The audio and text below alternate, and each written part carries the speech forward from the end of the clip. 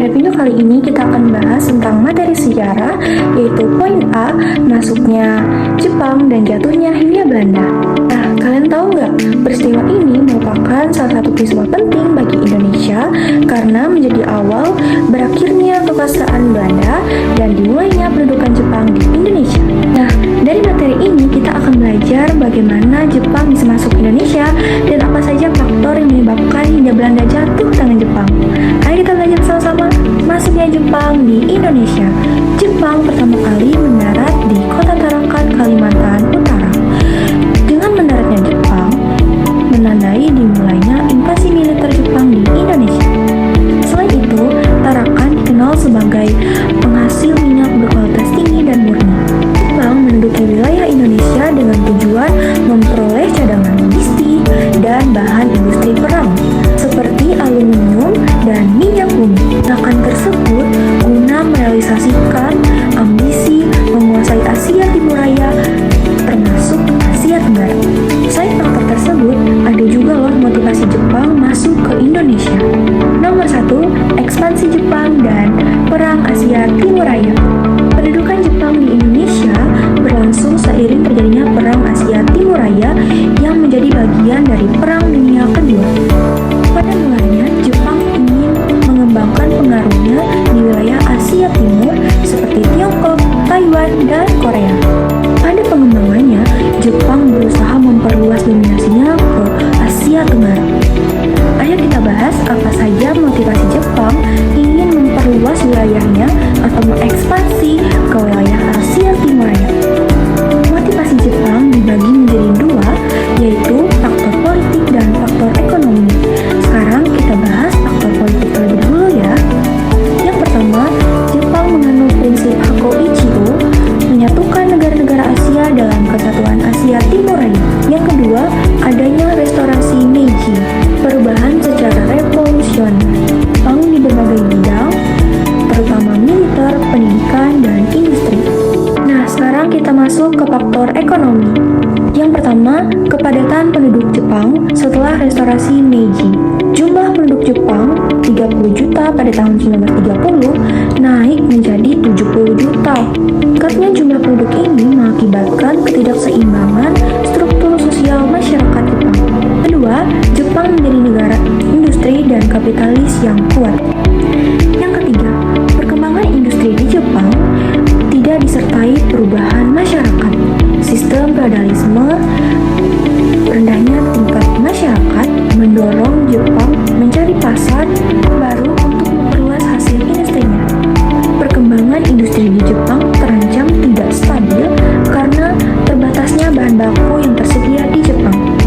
Ekspansi Jepang dimulai sejak 1895 ketika Jepang meraih kemenangan melawan Tiongkok. Selanjutnya, pada tahun 1905, Jepang berhasil memenangkan pertempuran melawan Rusia. Kemenangan ini memberikan pengaruh bagi negara-negara Asia lainnya, menunjukkan bahwa Jepang merupakan negara terkuat di Asia. Hingga 1940, pengaruh Jepang meluas ke negara-negara Asia. Pada saat yang sama, sebagian besar wilayah Asia Timur Raya masih dikuasai oleh negara-negara barat seperti Inggris, Belanda, dan Amerika Serikat. Amerika Serikat tidak senang akan tindakan Jepang, tetapi kemenangan Jepang atas Rusia 1905 membawa harapan baru bagi sebagian bangsa Asia untuk terbebas dari kolonialisme negara barat. Negara-negara barat berusaha membendung ekspansi Jepang dengan cara menjatuhkan sanksi ekonomi dan perdagangan kepada Jepang. Selain itu, sejak 1 Agustus 1941, Amerika Serikat menghentikan ekspor minyak ke Jepang. Tapi tindakan Amerika tersebut malah mendorong Jepang mencarkan ekspansinya ke daerah-daerah penghasil minyak, terutama salah satunya Indonesia. Nomor 2, kedatangan Jepang dan jatuhnya Hindia Belanda. Munculnya Jepang di Indonesia menimbulkan kekhawatiran bagi Belanda di Indonesia. Setelah kemenangan Jepang melawan Rusia, keberadaan warga Jepang di Indonesia menimbulkan kecurigaan oleh Belanda. Pada 7 Desember 1941, Jepang berhasil menyerang pangkalan militer Amerika Serikat Pearl Harbor, Hawaii. Sejak saat itu, Jepang berusaha mengendalikan dan wilayah-wilayah Asia Pasifik termasuk Indonesia. Nah, sekarang kita masuk ke kronologi kedatangan Jepang di Indonesia. Pada 11 Januari 1942, Jepang mendaratkan pasukannya di Tarakan.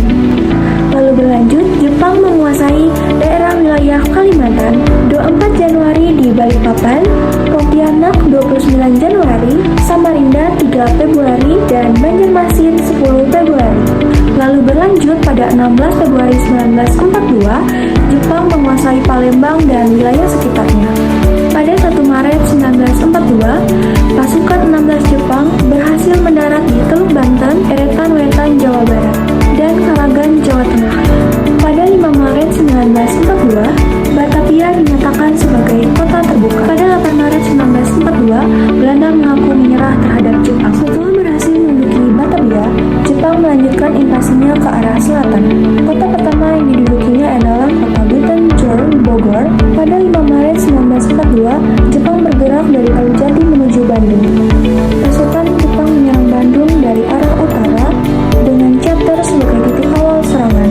Akibat serangan ini, Belanda mundur ke daerah Lembang. Meskipun begitu, Jepang juga berhasil menaklukkan Lembang.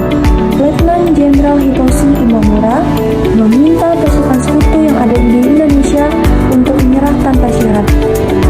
Apabila tuntunannya itu tidak dilakukan, maka Jepang akan mengultimatum Bandung. Keesokan harinya pada 8 Maret 1942, Belanda setuju. Gubernur Jenderal Fritjof van Starkenburg, Letnan Jenderal Verhoeven, dan beberapa pejabat militer Belanda tiba di Kalijati untuk mengadakan perundingan. Delegasi Jepang dipimpin langsung oleh Letnan Jenderal Hitoshi Imamura. Dalam perundingan tersebut, Belanda menyerah tanpa syarat kepada Jepang dengan menandatangani kapitulasi Kalijati. Penandatanganan perjanjian tersebut menjadi akhir bagi Belanda dan menjadi awal kedudukan Jepang di Indonesia. Awal kedatangan Jepang di Indonesia disambut oleh bangsa Indonesia dengan penuh sukacita. Jepang dianggap sebagai penyelamat bagi bangsa Indonesia dari penjajahan Belanda yang berlangsung lama. Sambutan tersebut didukung dengan janji dan propaganda yang diberikan Jepang terhadap bangsa Indonesia. Propaganda Jepang untuk bangsa Indonesia sebagai berikut. A. Jepang berjanji membebaskan bangsa Indonesia dari penjajahan bangsa Barat. B. Jepang berjanji memajukan bangsa Indonesia. C. Jepang menegaskan mereka